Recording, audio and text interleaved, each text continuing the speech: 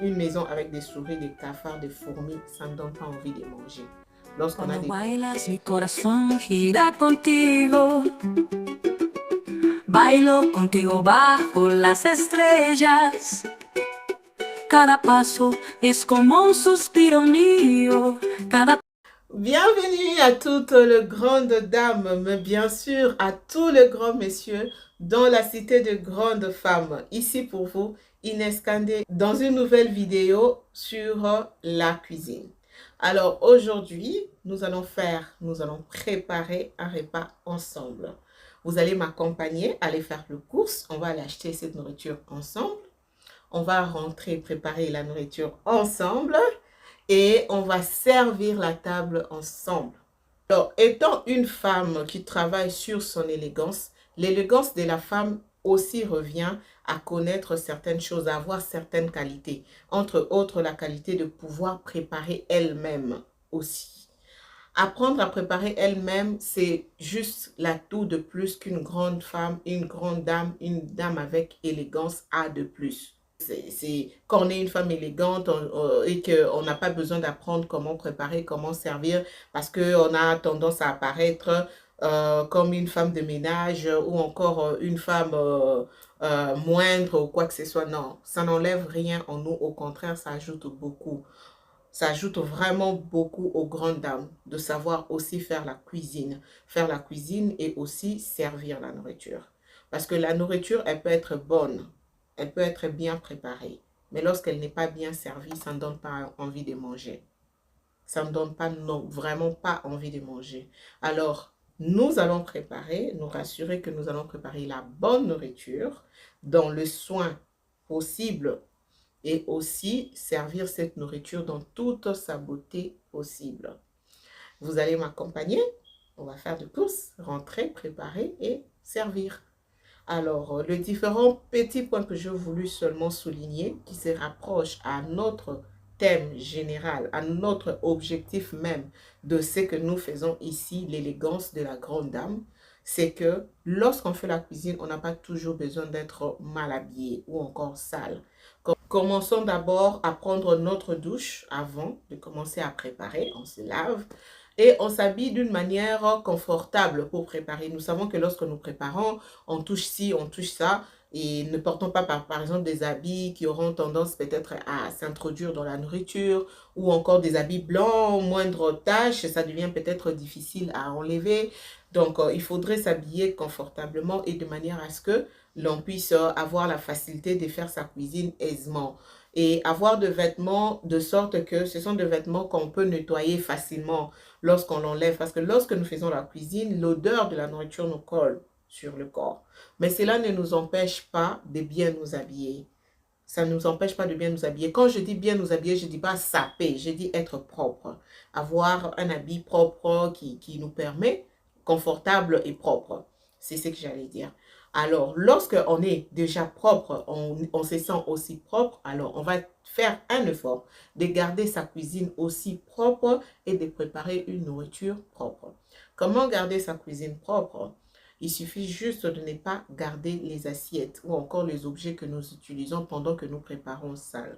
À chaque fois que nous préparons, nous nettoyons rapidement, nous mettons de côté. Si aussi vous avez la machine à laver les assiettes, vous pouvez rincer rapidement et déjà placer dans la machine.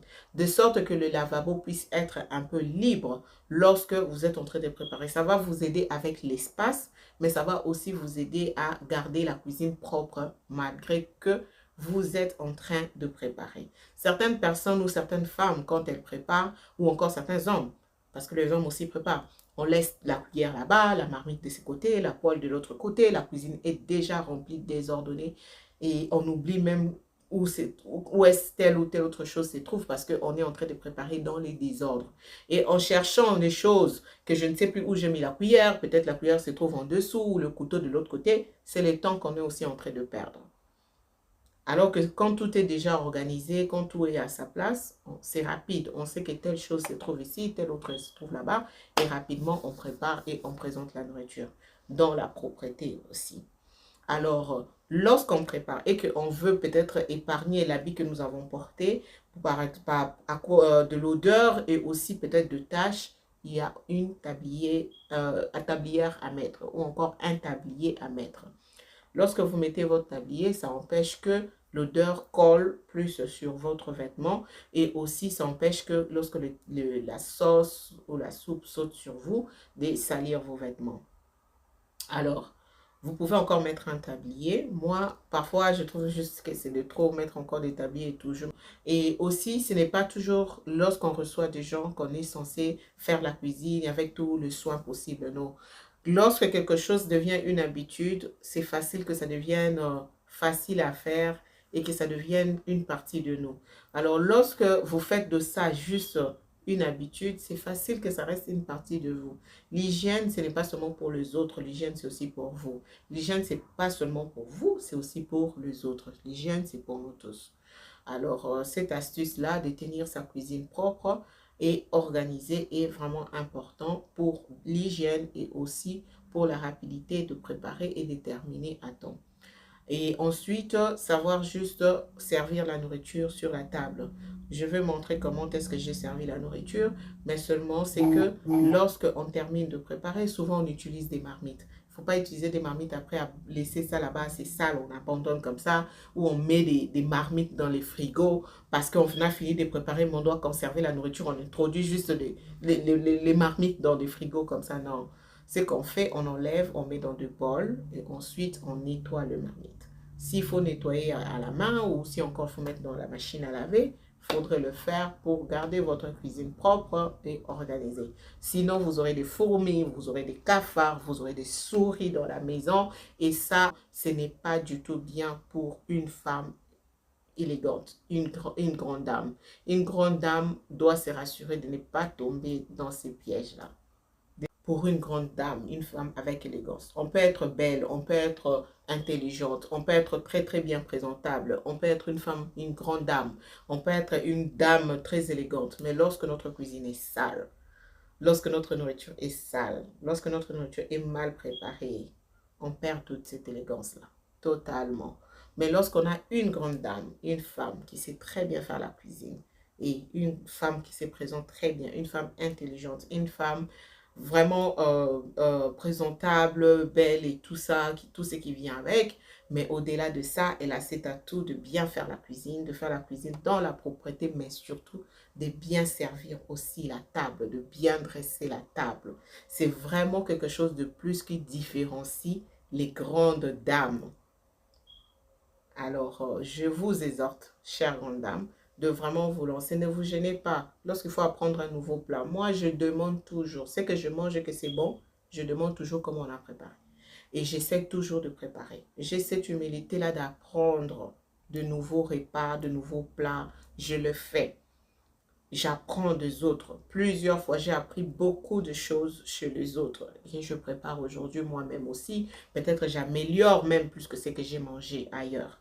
Donc, n'hésitez pas d'apprendre, de demander, de suivre des vidéos. Lorsque nous postons des vidéos de comment on a préparé ci ou ça, prenez-en comme exemple, essayez. Ça fait juste partie de vous. Ça vous aide à vous construire et à faire de vous une grande dame.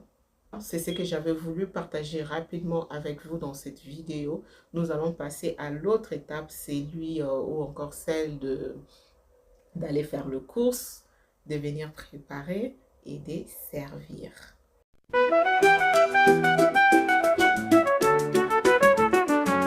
Cuando bailas mi corazón gira contigo.